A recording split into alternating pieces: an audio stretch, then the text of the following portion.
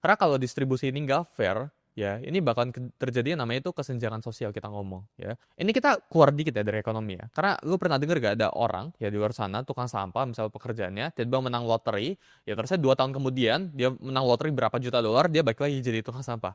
Maksudnya kayak gimana? Jadi distribusi itu harus selalu fair. Orang itu nggak boleh dapat uang yang terlalu banyak atau distribusi alokasi yang terlalu banyak. Kenapa? Karena ketika kebanyakan itu bakal ngerusak tatanan kerapian ekonomi ini gitu ya. Jadi yang teman-teman perlu pahamin ada masalah 4 ya, masalah utama dari ekonomi ini ya. Yang pertama itu prioritasnya ya, yang mana yang didistribusikan, yang mana yang di-create dulu gitu ya. Efisiensinya ya, kita tahu sumber daya itu terbatas ya, yang tadi gua ngomong. Jadi ketika gua pengen menghemat sumber daya ya, ini nggak bakalan efisien. Tapi ketika gua pengen efisien, ini bakalan boros banget ke sumber daya. Itu masalah ekonomi gitu ya.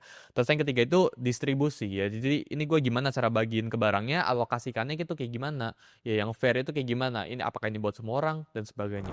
Nah, dalam ilmu ekonomi ya, yang kita ngomong ya, ada 2 tipe ya, ada microeconomic ya, sama ada macroeconomic gitu ya. Jadi micro itu lebih centered, yaitu kita sebutnya sebagai ekonomi kecil lah ya. Sedangkan makro itu lebih lebih ke broad view-nya gitu. Lebih penting mana? Keduanya itu penting. Ini sama aja kayak lu ngezoom gitu. Kalau lu ngezoom kan lu butuh angle yang 0,5 sama lu butuh angle yang 5 gitu ya. Jadi lu bisa lihat whole-nya, lu bisa lihat bigger picture-nya, lu bisa lihat smaller picture-nya gitu ya. Mikroekonomi itu contohnya apa? Jadi kayak contohnya konsumen, rumah tangga, perusahaan, harga barang, struktur pasar itu microeconomics gitu. Nah, terusnya makroekonomi itu apa? Ini kayak contohnya mungkin teman-teman udah sering dengar ya, itu inflasi, pengangguran, ya ini GDP ya. Jadi pendapatan negara, pertumbuhan ekonomi gitu.